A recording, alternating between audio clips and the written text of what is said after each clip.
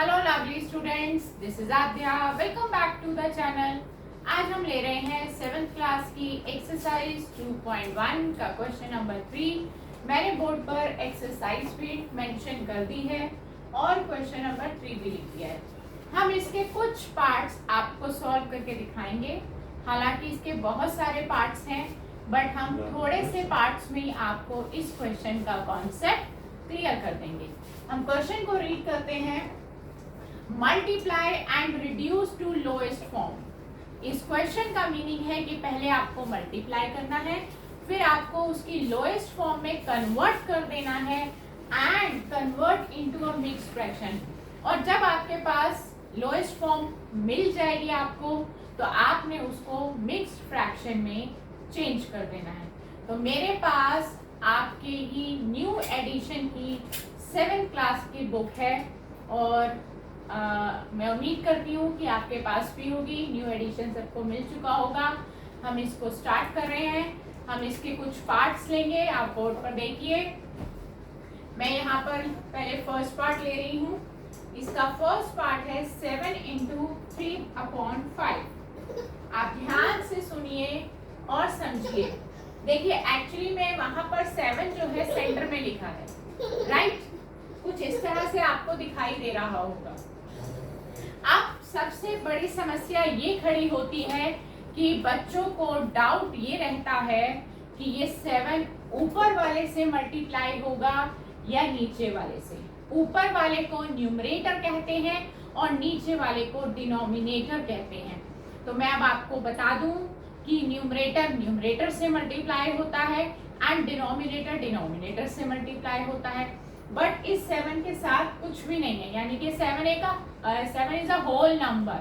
7 एक whole number है, यानी कि इसका डिनोमिनेटर नहीं है। तो आप इसको न्यूमरेटर ट्रीट करेंगे, यानी कि आप अगर चाहें तो इसके नीचे अपॉन 1 लगा सकते हैं, अदरवाइज आप इसको सीधा न्यूमरेटर से मल्टीप्लाई करेंगे।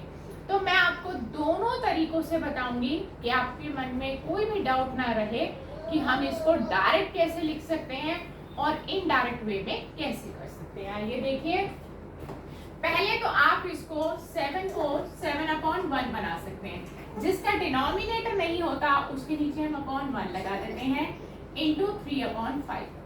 अब इस फ्रैक्शन के कॉन्सेप्ट में, मल्टीप्लिकेशन के कॉन्सेप्ट में हमने सीखा ये कि न्यूमरेटर न्यूमरेटर से मल्टीप्लाई होता है एंड डिनोमिनेटर डिनोमिनेटर से मल्टीप्लाई होता है। तो आप 7 इंटू 3 करेंगे और 1 इंटू 5 करेंगे। ये आपका मल्टीप्लिकेशन का कॉन्सेप्ट क्लियर हो रहा है जो क्वेश्चन में बोला गया है।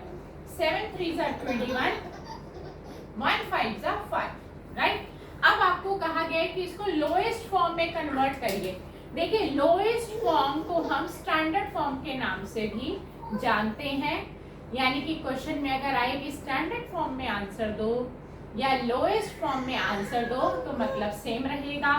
और होता क्या है, आपको देखना ये है कि आपका जो न्यूमरेटर का नंबर है यानी कि 21 और डिनोमिनेटर का जो नंबर है यानी कि 5, क्या ये दोनों किसी सेम टेबल में आ रहे हैं या फिर किसी सेम टेबल से डिवाइड हो रहे हैं, यानी कि दोनों नंबर सेम टेबल से डिविजिबल होने चाहिए।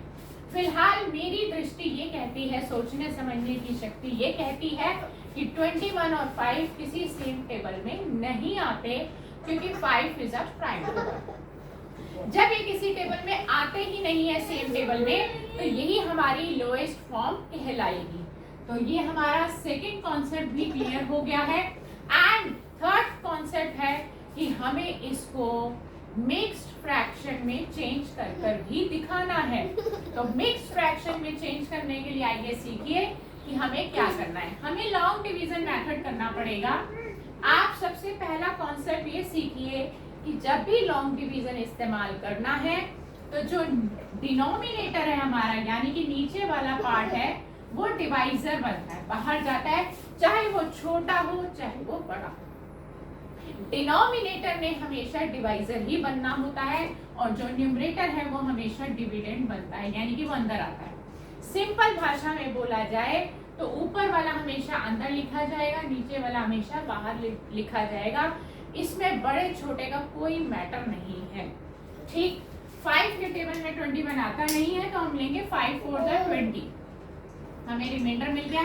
अब आप सीखिए मिक्स फ्रैक्शन का कॉन्सेप्ट क्या है। अभी फिलहाल आपका डिनोमिनेटर 5 था, मिक्स फ्रैक्शन में भी आपका डिनोमिनेटर 5 ही रहेगा, ये बात आपको समझ लेनी है, ये चीज कभी चेंज नहीं होती है। जो आपका क्वेश्चन आएगा डिवाइड करके, जो आपका क्वेश्चन जिसको क्यू लिख देते हैं हम, क्वेश्चन को आंसर आया है वो हमारा होल नंबर बनता है, वो सेंटर में लिखा जाता है। और जो हमारा रिमाइंडर है जिसे हम आर डिनोट करते हैं, और ये हमारा डिवाइजर होता है, ठीक है। अब बात ये हो रही है जो हमारा रिमाइंडर है वही हमारा न्यूमरेटर बनता है, and this is called mixed fraction. तो हमने यहाँ पे क्या कॉन्सेप्ट सीखे हैं, हमने 3 कॉन्सेप्ट सीख लिए हैं।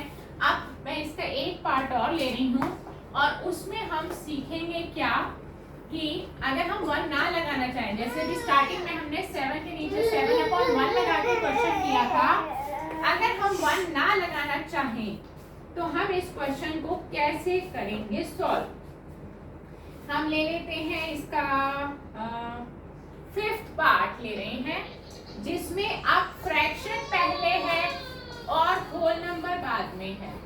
थोड़ा सा चेंज है ना। अब इसमें चेंज है कि 2/3 into 4। तो अब मैं यहाँ पे क्या कर रही हूँ, मैं यहाँ पर 1 नहीं लगा रही। आप 1 लगाइए या ना लगाइए, ठीक है, तो भी आपका क्वेश्चन सॉल्व हो जाता है, आपके 1 ना लगाने से भी हो जाएगा। अभी हमने फर्स्ट पार्ट में 1 लगाया था, बट अब हम 1 नहीं लगा रहे, तो हम कैसे करेंगे, तो हम इसको दोनों को ऊपर मल्टीप्लाई कर देंगे और नीचे वाला 3 अकेला लिखा जाएगा इस तरह से। तो ये चीज कोई इशू नहीं है, आप 1 लगाइए या ना लगाइए। 2 4 8, 8/3, ये आपका मल्टीप्लाई फॉर्म हो गया। अब आप देखिए कि क्या ये सेम टेबल से कैंसिल हो रहे हैं, लोएस्ट टर्म में करना है। 8 और 3 किसी सेम टेबल में आते ही नहीं, because 3 is a prime number, तो यही इसकी लोएस्ट फॉर्म है। अब बात आती है मिक्स फ्रैक्शन में चेंज करना है, तो लॉन्ग डिवीजन लीजिए, नीचे वाला बाहर जाता है, ऊपर वाला अंदर आता है। 3 2 6, 3 3 9 बड़ा हो गया, तो हमने 3 2 6 ले लिया। तो मैंने क्या बोला था, जो डिनोमिनेटर है वही सेम रहता है, जो क्वेश्चन है वो होल नंबर बनता है, सेंटर में लिखा जाता है, और जो रिमाइंडर है वो ऊपर आता है। बाय चांस की बात है कि दोनों सेम आ रहे हैं, तो हमने सीख लिया यहाँ पे 5th पार्ट भी। एक पार्ट और लेते हैं ताकि कॉन्सेप्ट और क्लियर हो। अभी तक ऐसा कोई क्वेश्चन नहीं आया जिसमें कैंसिलेशन हो रही हो, लोएस्ट फॉर्म में कन्वर्ट करना हो, तो ऐसा हम पार्ट ले लेते हैं। हम ऐसा एक पार्ट ले रहे हैं, हमारा एक पार्ट आपको मिलेगा 8th पार्ट। 8 पार्ट में लिख रही हूँ 20 into 4/5। अभी जैसा कि मैंने आपको बताया, अपॉन में 1 लिखना कोई जरूरी नहीं है, तो आप अपॉन में 1 ना लिखिए, आप ऊपर को ऊपर वाले से मल्टीप्लाई कर दीजिए, इसको नीचे नहीं आएगा ये, बस ये बात याद रखनी है। 24 4 2 8, 80/5। अब आप सोचिए क्या 80 और 5 किसी सेम टेबल में आते हैं? यस, लास्ट में 0 है और यहाँ 5 है, तो ये दोनों 5 से डिविजिबल है, तो आप इन दोनों को 5 से डिवाइड कर दिखाएंगे। ऐसे भी कर सकते हैं, डिवाइडेड बाय 5। अब हम लोएस्ट टर्म में कन्वर्ट करना सीख रहे हैं, क्योंकि ये और लोएस्ट फॉर्म में नहीं है। 5 को 80 से डिवाइड करेंगे तो 16 आएगा, 16 5 80। 5 को 5 से डिवाइड करेंगे तो आएगा 1। तो ये हो गई हमारी लोएस्ट फॉर्म, क्योंकि अब ये आगे कैंसिल नहीं होगा, और क्योंकि इसके डिनोमिनेटर में 1 है तो ये मिक्स फ्रैक्शन में चेंज नहीं होगा। क्यों नहीं होगा? क्योंकि ये होल नंबर बन गया है। जो होल नंबर्स होते हैं वो मिक्स फ्रैक्शन में चेंज नहीं होते। तो ये था हमारा कॉन्सेप्ट इस क्वेश्चन में। एक आखिरी पार्ट और ले लेते हैं हम, और यहाँ से फिर हमारा कॉन्सेप्ट क्लियर हो जाएगा। 15 into 3/5, ये 10th पार्ट है इसी क्वेश्चन का और आखिरी पार्ट है। सबसे पहला काम मल्टीप्लाई करने का।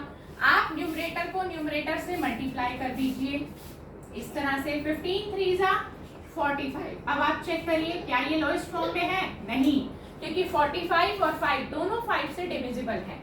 तो आप कैंसिलेशन का मेथड एक तो ऐसे भी रिप्रेजेंट कर सकते हैं और एक ऐसे भी कैंसिल कर सकते हैं। 5 1 जा 5, 5 9 जा 45, तो ये आ गया 9/1। और जब अपॉन में 1 होता है तो it will become whole number, और जब ये होल नंबर बन जाता है तो हम उसको मिक्स फ्रैक्शन में चेंज नहीं कर सकते, वही हमारा आंसर होता है। तो आज की क्लास में हमने 3 कॉन्सेप्ट एक ही क्वेश्चन में सीख लिए कि कैसे फ्रैक्शन को मल्टीप्लाई किया जाता है, कैसे उसको लोएस्ट फॉर्म में कन्वर्ट किया जाता है, और कैसे हम उसको फिर मिक्स फ्रैक्शन में चेंज कर सकते हैं। तो नेक्स्ट क्लास में आपसे फिर मुलाकात होगी एक नए क्वेश्चन के साथ। Good bye friends.